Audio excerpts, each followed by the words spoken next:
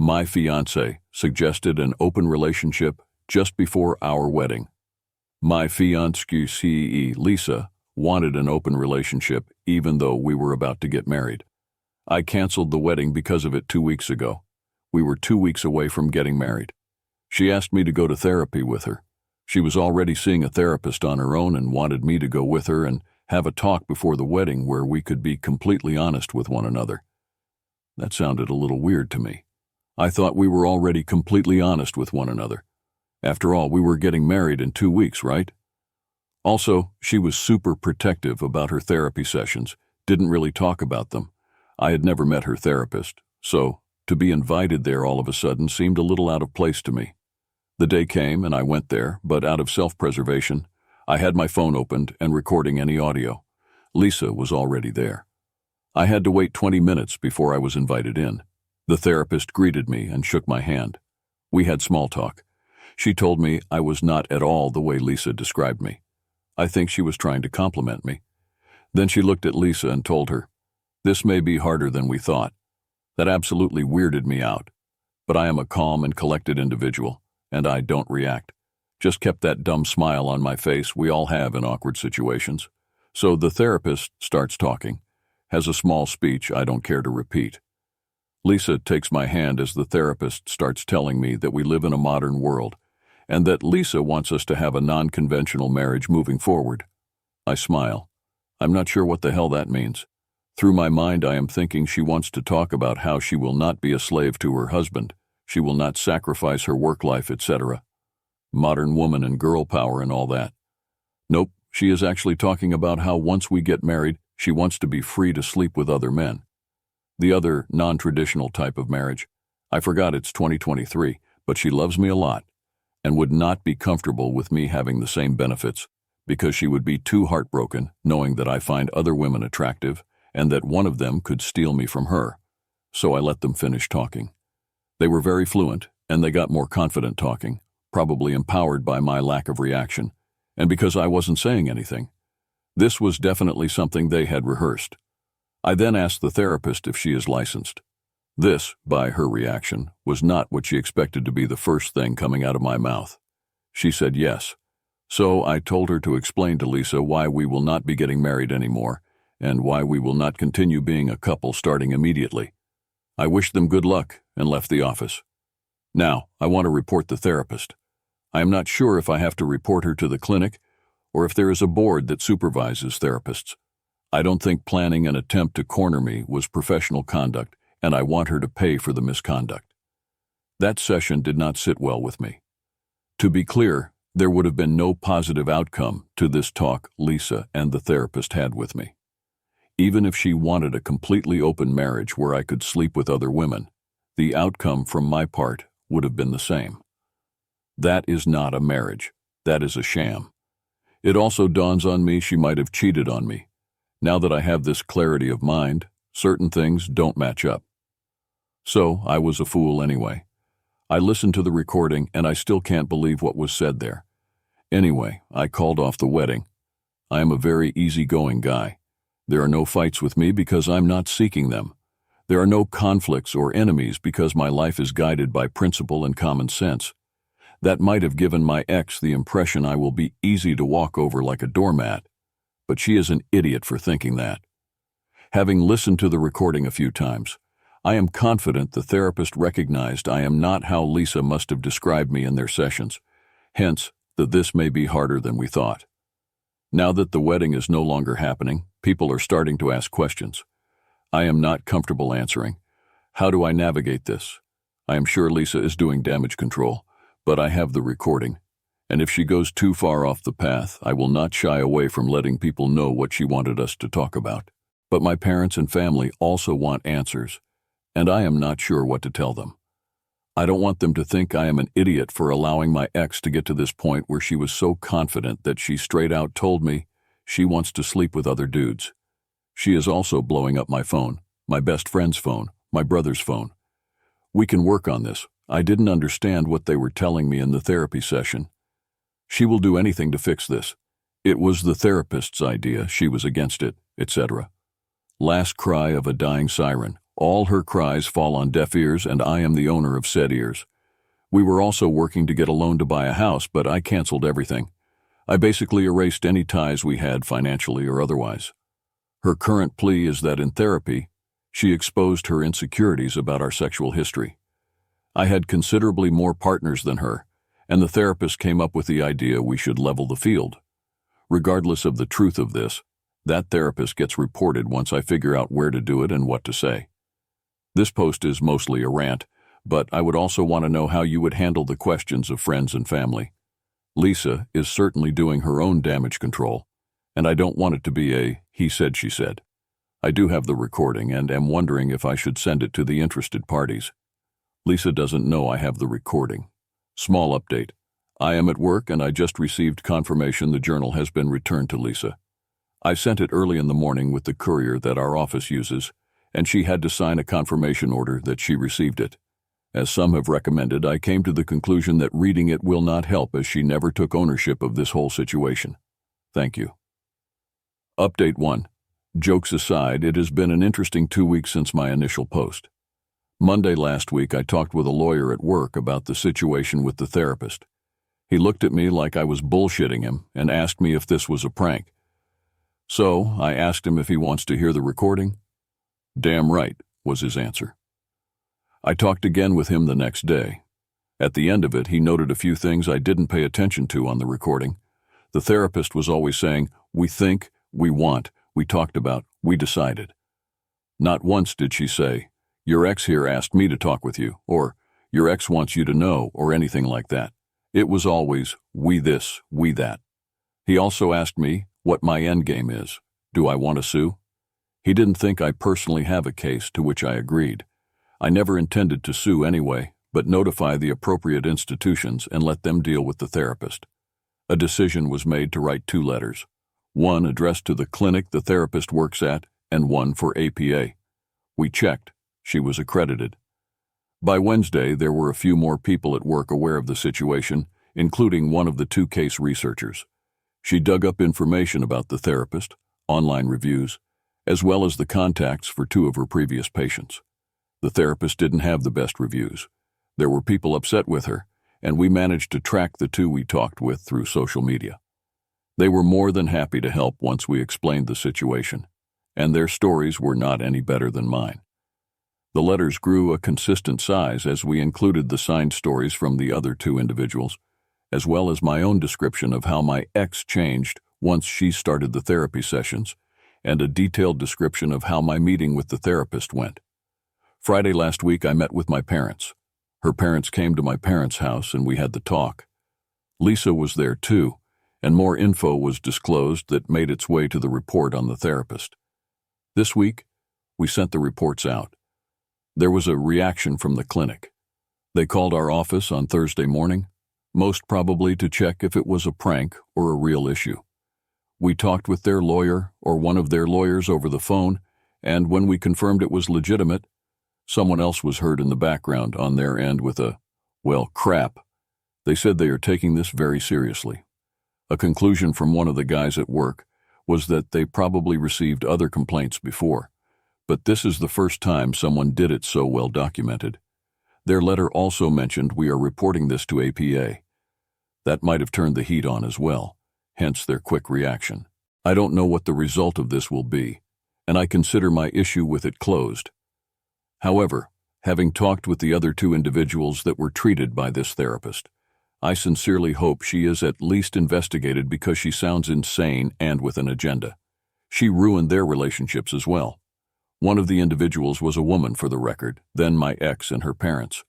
Friday last week, my parents called me and asked me to give them a visit after work. When I did, surprise, my ex and her parents were there too. My first reaction seeing their cars in my parents' driveway was to flee.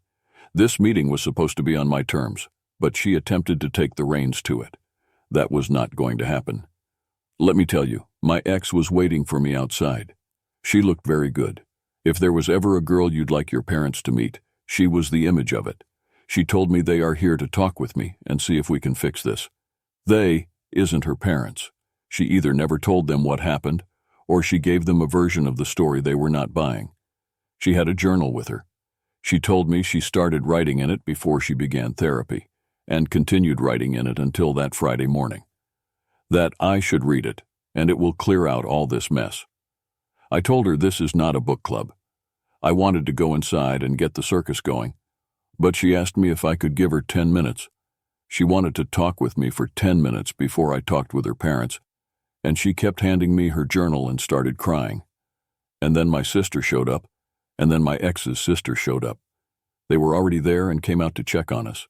So I took her journal, went inside, said hello, and led my ex to the back of the garden, to as isolated a portion of my parents' garden as possible. They have a large garden with a lot of trees and benches. She quit her job. The stress was too much, and she had a breakdown. It escalated and never got better. She is no longer seeing the therapist. She started seeing the therapist for work-related matters, but somehow it turned into matters about our relationship, and it stayed focused on the relationship because it was the only thing the therapist seemed interested in. She never told her parents why she is my ex. She is seeing another therapist now. I just listened. She turned the discussion from her to us, told me I would be in control. I would be managing the finances. I would receive access to all her devices. I would be able to track everywhere she goes. Any property we own will be in my name. She will do anything I want to trust her again. Basically, things she said in her messages over the last weeks. She enumerated more things than the ones I mentioned. I don't know how she thinks that would be a healthy life for either of us. I asked her if she cheated. She told me she had the opportunity to cheat, but she never did. I believe her, but it also angered me. What does she mean she had the opportunity? If you are in a committed relationship, you don't put yourself in a position where you have this opportunity. You don't want this opportunity. It's like saying, I had the opportunity to kill someone today. Why? What were you doing that there was such an opportunity? Why call it opportunity anyway? It makes it sound like something positive. That pretty much ended our 10 minutes, and I told her we should go and talk with our parents. So we did. I asked our sisters to leave us alone, as it was not any of their concern what was to be discussed. My sister huffed and puffed, but a house made of stone survives hurricanes, and she was not one. Well, I talked and explained what happened, how the therapy session went, and my resolve. I didn't mention I had a recording because I never had to. Lisa confirmed everything I said, which surprised me. Her father had teary eyes, and that broke my heart. Her mother asked her if this is how she thinks they raised her and asked for an explanation. Lisa basically told them the same story. Stress at work, depression, breaking down, therapy. Therapist wanting to talk only about our relationship. That the therapist told her our relationship was the root of all her stress. That the therapist convinced her I wanted an open relationship. That she might lose me if she doesn't level her sexual experience with me. How my reaction woke her up from her slump. She quit her job, is looking for something less stressful. She will do anything I want to get me back. Started crying. Lisa mentioned the journal again and said, if I read it, it will explain everything, and that she was not on board with the therapist's ideas, but went along with them because the therapist was a person with authority and experience. Our parents looked at me, and I told them someone's private journal is not the type of literature I read unless they are a dead poet. Big mistake. My intention was to relate that someone's private journals usually become literature if they are a writer or leader, and usually they are published post-mortem. Also, I was hoping they got the hint that I don't really want to read her journal because it would be of no consequence. What was done was done. Everyone looked at me as if I wished death on my ex. You could smell the hostility in the air. So I said, fine, and promised I would read her journal. You win some, you lose some, and then you use the wrong words and lose a few more. Lisa is seeing a new therapist. She showed her parents emails confirming her appointments. He's an older dude with a white beard, like Freud. I searched him online. He is married, he attends conferences, he wrote a few books. They are on Amazon. Seems like a solid character. Can you kids work this out? This was the second thing that angered me that day. As if this is child's play and we should just listen to the adults. We are not old enough to be in control of our own feelings, and we should definitely not be the ones to decide what we consider a betrayal you can't recover from. We are just kids, and we should just work it out. So I won back some ground on the Dead Poet Society remark earlier, and this is how the day ended. We've known each other for 9 years, and have been a couple for 5 years. Even if there are legitimate reasons behind her behavior, how do you go back to being the same? This wasn't even a reset. My way of thinking about my ex has been fundamentally changed. She became a stranger. I know a lot of things about her, sure. I still find her attractive, very attractive. The way she looked last Friday was amazing, no denying that. But it was also calculated. I am not going to lie to myself here. Hair done the way I like it, dress that I bought for her, the shoes I like the most, a hint of the perfume I gifted her, etc. The journal is on my nightstand. I haven't read it, and I probably never will. I did look through it to see if it indeed is a year old, and it is. The way the pages fold, the ink is clearly older on the first pages, and you can see it progressing through the pages. The pen she used was attached to the journal, and I tested it. Looks like the same ink, and the ink level in the pen is consistent with how much I assume the pen has been used for the last year to write the journal. It is not a fake. Everything about it is consistent with a year's worth of wear and tear. I don't see what good reading it will do. It feels like a tool to play with one's mind. Well, not really. I don't think a year ago when she started writing it, she intended to use it as manipulation. If what she told me is right, her new therapist suggested the idea to share the journal with me. As for how I am handling people that are too curious about why the wedding is off, we had a huge difference of opinion that we could not find a solution to, more or less. But if her sister finds out why, and this is more than likely because her sister is very close to their mother, everyone will find out the real reason why. Our parents want us to meet again next week. They told me to read the journal, and maybe that helps. Maybe we can work on it, start again fresh, since we have so much history. She will get treatment, she will get better. She still is the same woman I fell in love with. But she's not well right now. They can tell I still love her, or else I would not be so theatrical, their words, not mine. I don't think I will meet them next Friday, but damn, she did look amazing. I would like to thank the community for the support and help. It was enough to help me put together a plan of action regarding the therapist. Thank you to those who provided resources and information about what to do. What should I do with her journal? Return it, keep it and read it 90 years from now? Update 2. Let's begin. The therapist is no longer working for the clinic. The major motivation behind the decision most probably has to have something to do with the clinic being sued. Someone else completely removed from my situation is suing the clinic. I don't have additional details on the matter. The therapist tried to contact Lisa but was unsuccessful. I suspect she found out about my report on her and wanted information. Who knows? Lisa did not engage with her. She was blocked and her queries went unanswered.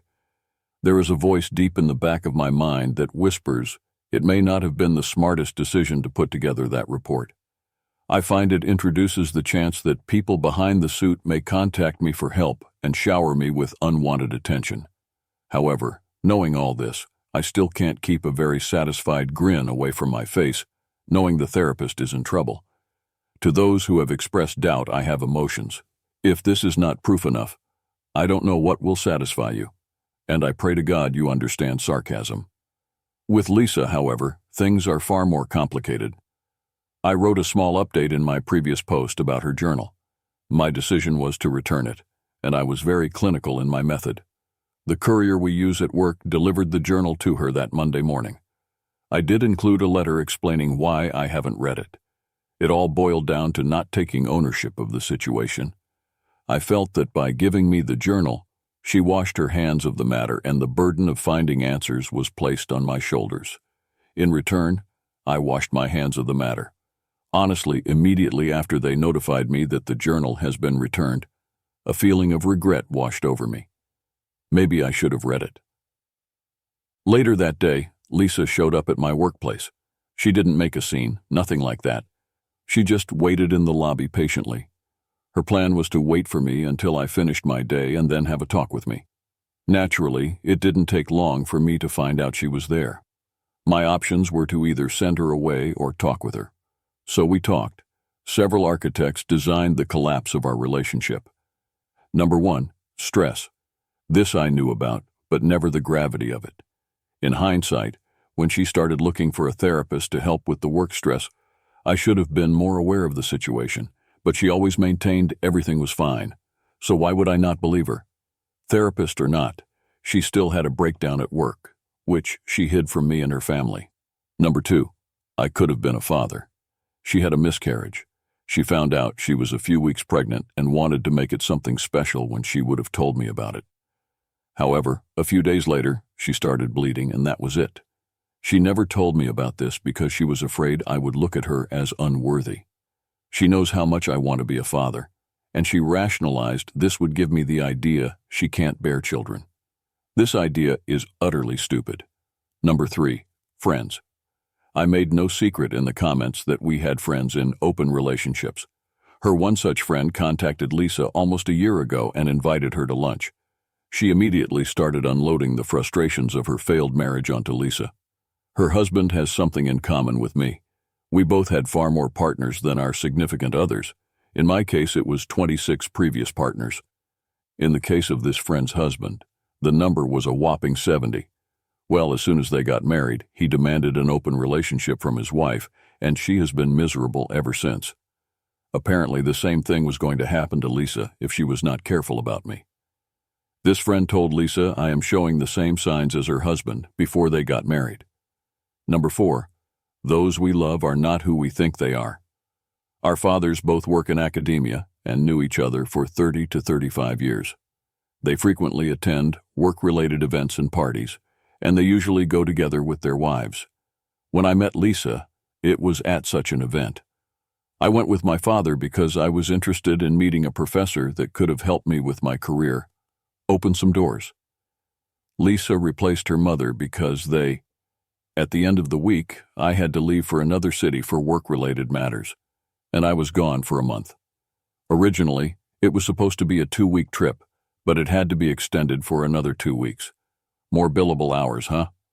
Before I left, I handed Lisa a copy of the therapy session recording. She knew I had it. It was one of the first things I talked to her about when she showed up at my workplace Monday. I think listening to the recording shook her to the core. What she remembered about the therapy session was very different from what was on the recording. I think she finally realized where all my actions and behavior towards her came from.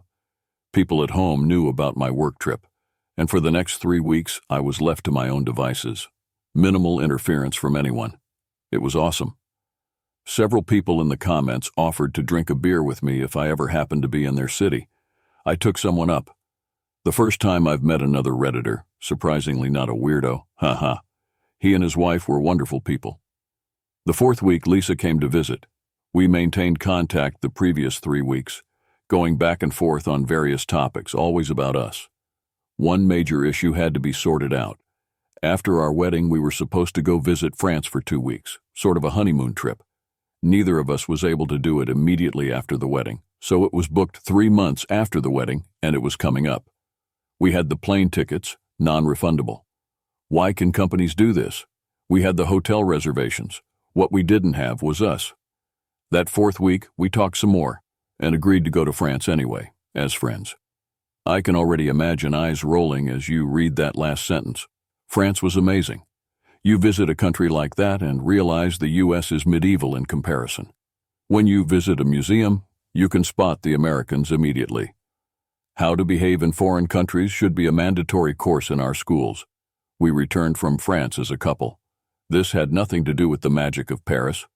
It will, however, be a process. We are not back to our former selves. There is some rebuilding to be done. Several things we have agreed upon in no particular order. She is looking for a new job, one that has less stress attached. Our friends in open marriages are now deemed a toxic influence, and we will no longer associate with them.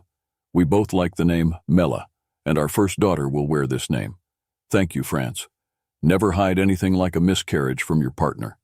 I am monumentally pissed about this one. We will get a puppy and a kitten. She will continue to see her current therapist for a while. When we do get married, we'll do it for us. Smaller ceremony, just us and immediate family. We'll probably go to Italy next. I suppose this is not the exciting update everyone was waiting for. Many have asked for an update, and if you were looking for wrath, hate, revenge. I am sure there is a version of this where all these and more are possible. But as I said from the beginning, I didn't hate Lisa. My actions were nothing more than self-preservation at the time. Her actions indicated she wanted something that was contrary to what I thought we both agreed upon. Those worried about her mental state, there is no concern. Once the vapors of her therapist's influence dissipated, she returned to her former self, more or less. It's impossible not to be changed by these events, but she is in a very good place. You will remember she offered me control over the finances, to track her location at all times, open access to all her devices, etc. Aside from the lack of interest in such a lifestyle for my part, they were just a way of trying everything to continue the discussion. We do agree we should be open with our devices, and for what it's worth, we have always been open, so nothing will change here anyway. As for finances, we will do what we have always done, share them. Thank you to those who have talked with me in the comments and the private messages. There was some valuable advice I received from some of you, and I will be forever grateful. Writing these posts, but also interacting with you guys, has been therapeutic and a very good pressure release. So Lisa and I returned from France with a renewed sense of commitment and understanding. We both knew it wouldn't be easy, but we were determined to make it work. Our first step was to get her settled into a new, less stressful job. Fortunately, she found a position at a local nonprofit organization. The work was meaningful and the environment much more relaxed. It was a good change for her, and I could see the positive impact it had on her mental health.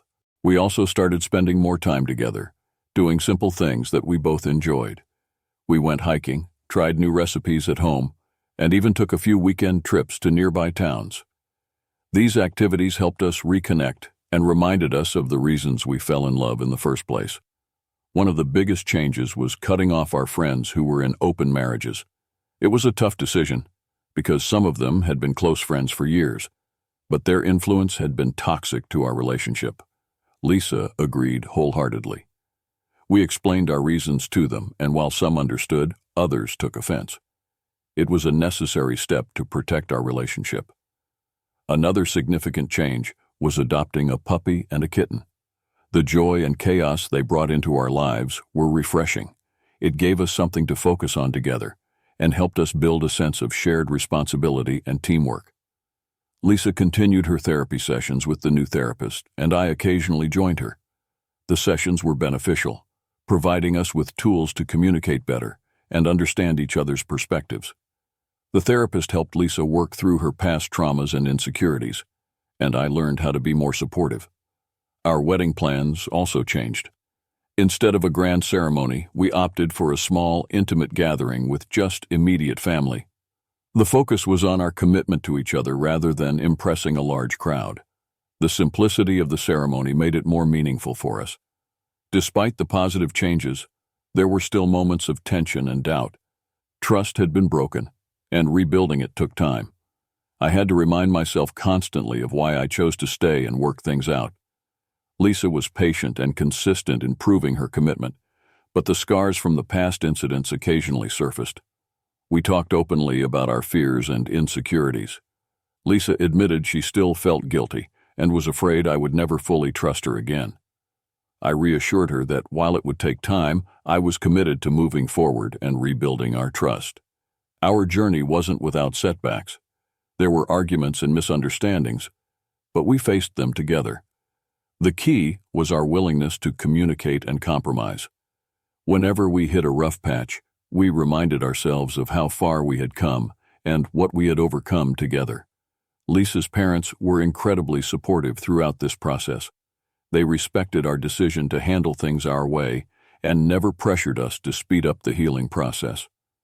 My parents, too, were understanding and gave us the space we needed to rebuild our relationship. Gradually, the wounds began to heal. Trust was slowly rebuilt, and our bond grew stronger. We learned to appreciate the small moments of joy and to support each other through the challenges. Our relationship became more resilient, and we both grew as individuals. We also continued to plan for our future. We discussed our goals and dreams both individually and as a couple. This helped us stay aligned and motivated. We even started looking into buying a house again, but this time with a clearer understanding of what we both wanted. 1 year after our return from France, we decided to renew our vows. It was a private ceremony, just the two of us, reaffirming our commitment to each other. This time there were no grand gestures or elaborate plans. It was simple, heartfelt, and sincere. We stood in a beautiful garden, holding hands and looking into each other's eyes, promising to love, honor, and cherish each other for the rest of our lives. It felt right, and it marked a new beginning for us. Life continued to move forward. Lisa's new job was going well, and she was much happier and more relaxed. I could see the positive changes in her demeanor and attitude. We continued our therapy sessions, both individually and together, and they remained an important part of our healing process. Our friends and family saw the changes in us as well. They noticed how we interacted with each other, the love and respect that had been restored. It wasn't perfect, but it was real, and it was ours. Reflecting on the past, I realized how much we had both grown. The challenges we faced had tested our relationship to its core, but we emerged stronger and more united. We learned to prioritize our relationship, to communicate openly and honestly, and to support each other through thick and thin. Our journey was far from over, but we were on the right path. We knew there would be more challenges ahead, but we were ready to face them together. The love we had for each other had been tested and proven, and it was now stronger than ever. Looking back, I am grateful for the journey. It was not easy, and there were moments when I doubted we would make it. But the struggles and challenges brought us closer and taught us the true meaning of love and commitment. Our story is one of resilience and perseverance. It's a reminder that even when things seem impossible, with love, patience, and understanding, we can overcome anything. Lisa and I are proof that love can conquer all, and I look forward to the future with hope and optimism, knowing we will face it together.